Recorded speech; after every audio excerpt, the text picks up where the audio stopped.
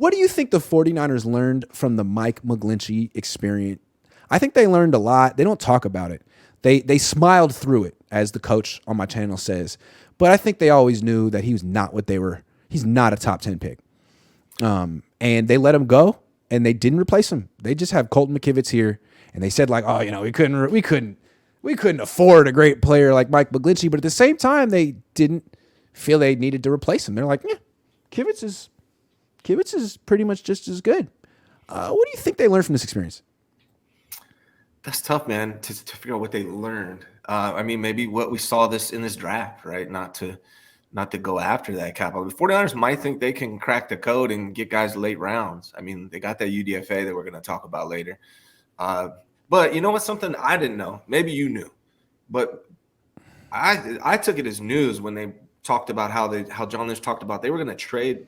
They were considering trading Mike McGlinchey last year. Right. They talked about that in the press conference. Were you aware of that? They said that, yeah, because they knew they weren't going to re-sign him, and they knew he's not that good. It's very interesting to me. Were you aware that they were going to do that, though? No, I didn't. He said it, but I believe it. I believe it. Yeah. So, I mean, that tells you something. I don't know if they really have learned enough from the Mike McGlinchey experience. I don't know. I'm gonna hear your thoughts on this, and then I'll retort. Well, I think they realized that the right tackle in their system, you don't need to get that guy in round one. Like, unless you're getting Lane Johnson or Tristan Wirfs, they don't need to be spending first-round picks on the right tackle spot, because McGlinchey was the 9th pick in the draft. But he's a perfect fit for their run scheme. Like, he's everything they wanted from a right tackle. But he's not – he's 6'8", 300. I mean, he's light. He plays at like 290. He's light. He doesn't have the quickness to play left tackle. He's a pure right tackle in Kyle Shanahan's scheme. And, like, that guy is always going to look bad in pass protection. He's light. He's high cut. And I think Kyle's okay with that. McGlinchey didn't cost the Niners wins. He just embarrassed himself a couple of times a game. He'd be airborne. He'd be on his back and be like, oh my God, there's Mike McGlinchey, number 9 pick. Like, this is a bad look for him. From Kyle's perspective, like, yeah, it's true, but like we didn't lose. Like, he just looked bad. So I think, they feel if you're going to have that kind of player, don't put the target on his back. Don't draft him in round 1. Just go with a guy like Colton McKivitz in round 5 who you can also win with and won't cost you games. It's just devalue the position, essentially. Devalue the freaking position. They brought in a guy, Joey Fisher, this year. Like, I don't even know if he can stay at tackle, but I think they feel like, it's the guy's gonna look bad in pass protection. We can work around it. Just get a guy later. If that's what they learn and that's what they think, I still think it's a mistake. I really do. Yeah, they may have been able to win with Mike McGlinchey. He's good enough to win. Yeah, good enough. But he's not great. Like, he's not helping you win ball games. Nope, he's not. And neither is McKivitz. If that's what they learned and that's their opinion, I think they're wrong. I agree. They need to invest in this line more than they have. And, Colton McKivitz is going to have to show me a lot for me to think otherwise. I still think outside of quarterback, offensive line is the most important position on the team. And the 49ers continue not to invest crazy heavily into it. I still think it's a mistake, but I was wrong about Aaron Banks. Maybe I'm wrong about Colton McKivitz, but I think Aaron Banks is the exception, not the rule. I just don't see how they could get a better right tackle. Like, this is the 9th pick in the draft. They took him over Colton Miller, who was a left tackle. This is what they wanted. He's a right tackle. He fits their scheme. He's 6'8". He's 300 pounds. Like, that's what they want. And the downside of that type of right tackle is he's weak. He's weak. He gets pushed around. Lane Johnson is 6'6", 325. He's a whole lot stronger than Mike McGlinchey, who's 6'8", like plays at 285 at sometimes. He's just going to get pushed around. But when he was younger, he was a hell of a run blocker, and that's all the Niners care about. They're a run-first team. The right side of their line is the side that does the outside zone. They got to be small and quick, and what you're giving up is pass protection. They're okay with that. Yeah. Kyle works around it. His dad worked around it in the 90s. They know how to do it. I don't know you can win a Super Bowl that way, but they want to be configured that way. And so just fans won't understand when you take that guy with the 9th pick in the draft, because you can't take a good scheme fit right tackle with the 9th pick. So now the Niners gone to the other end of the spectrum. Okay, we'll get him as an undrafted free agent. Really? You couldn't? I mean, there's no other in between of a scheme fit right tackle. Like, if you could get that, You could get a starting right tackle for what you're asking him to do. I feel like you get that in round 3 or round 4 for this team. You got Burford last year in round 4. He's a good scheme fit. He's kind of small, but he fits your scheme. I don't know. I'm going to be interested to see what these right tackles that were drafted in the second round, what kind of careers they end up having. Here's the thing is the 49ers need a right tackle, in my opinion. Maybe Colt McKivitz is the truth, but they also are going to need a left tackle really soon as well. So I really wish they would have invested a little bit. That's one thing about this draft that doesn't sit really well with me. But hey, shall prove me wrong. Prove me wrong. But they're going to have to invest in some tackles at some point. I asked Kyle Shanahan why it's easier to draft defensive linemen than offensive linemen. He launched right into it, which I like. He always has good answers. And he said, well, with defensive linemen, you can just give him a role.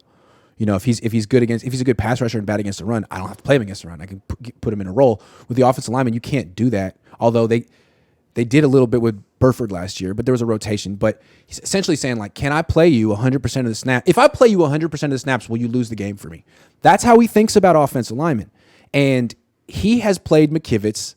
He started him against the Rams last year and against the Rams the year before that and won both games. So in Kyle's mind, he knows he can play McKivitz 100% of the snaps and win. He's beaten the Rams twice. Burford, he doesn't even know that yet. Like, he wouldn't trust Burford for an entire game last year. So he's working up to that. But if that's all you think of offensive lineman is like, are you going to lose the game for me? You're never going to have a good offensive line. You don't value the position. What about in Philly? They have an offensive line that wins games for them. Detroit's building one like that too. But all you strive for is don't mess up. I don't know. I don't think that's good enough. I wonder what Forrester did on draft night. Like, did he go home to his wife and like, damn it, babe, they need me a tackle again. Damn it. You know, they asked me who I liked. I gave them a full list of every position, and they gave me anyone, and yet they spent a 3rd-round kick on a kicker. And she's like, a kicker? Yeah, a kicker. I swear, I can't make this up. They took 2 tight ends, not just one, but 2. Yeah, man. Yeah, it's interesting, man. I just don't. I don't know why they don't value them as high as like everyone else. Like they like to be different. That's for sure. They definitely do. We'll see if it's a formula for success. It's crazy to me because to me, like, if you can keep your quarterback upright, you can always win. That's how it works in the NFL. And the Niners, more than any team, have trouble keeping their quarterback upright. Yes. And their response to that is, well, the quarterback's got to do a better job of keeping themselves upright. That's how they talk. Like, no, you have to put together a better offensive line. And the way their offensive line works is the left side is big and strong. Trent Williams, 6'5", 320. Aaron Banks, 6'5", 325. Big. Great. Jake Brendel, smaller. Fine. So is Jason Kelsey. The right side of that offensive line is always really small. Spencer Burford, 6'4", 300. Mike McGlinchey, 6'8", 300. Colt McKivitz, 6'6", 300. Like, it's light. It gets pushed around. But that's by design because when they run outside zone, they need those guys getting out on those reach blocks and getting downfield. So they're so committed to running outside. Like, who cares about freaking outside zone? It doesn't. It's a passing league. And your whole right side of your offensive line is there for run plays. Well, guess what? And then I was like, well, we're always winning. We want to run. Yeah, but when you're in the NFC Championship game and you got to pass, like, they're not going to block a damn person, man. They're not going to block anyone. And now look at Philly's defensive line. It's even bigger now. It's even better now. And, like, you're trotting out Spencer Burford and Colton Kivitz, like, because they can reach block on run plays. Like, okay, guys. All right. Okay. It kind of all goes back to their philosophy of just the run heavy style that they play. You know, they value. And the type of run. Though. Yeah. They got to have the outside zone. Like, hey, Philly runs the ball too, but they don't really give a damn about running outside zone. They're much more of a shotgun inside zone team, and they have road graders in their offensive line. Every single one except for their center. Both guards, both tackles, at least 6'6", at least 325. Big freaking guys that push you around. They push the Niners around the NFC Championship game. The Niners, Banks and Trent Williams can do it, but no one else can. I would love to see Kyle Shanahan have that 2012 49ers offensive line to work with. It would be crazy. That was a physically imposing one. All day, every day, Kim says Bo Jackson or LeBron, no doubt. Dude, Bo Jackson was definitely probably the most athletic United American of my lifetime, I would have to say. Bo Jackson, dude. I fight with Jesse on this one. My favorite stat about Bo Jackson was that, not stat, but fact, he never went to training camp. He played baseball, and he loved baseball like he loved football. So when baseball was over, end of September, He was on the Royals. They sucked. He would just walk over to. He would just go to the A's. No training camp. Nothing. Marcus Allen, Hall of Famer. Hey, you're a backup now. Both starting, and he would average 5.5 yards a carry. Like, yeah. who else could ever do that? That's all you got to know. Trying to think. And he ran like a 4.1. What's the Native American in the Olympics back in the day? Joe. Oh, I don't know. I don't. He was like that. He could do everything. Yeah. Ultimate natural. Tony says maybe we have yet to see what they've learned from drafting We have a first this coming year. Maybe they'll draft an OT. Ryan always sounds sad. Cheer up. No, I bet you they will draft a right. Maybe they will draft a right tackle in the first round next year.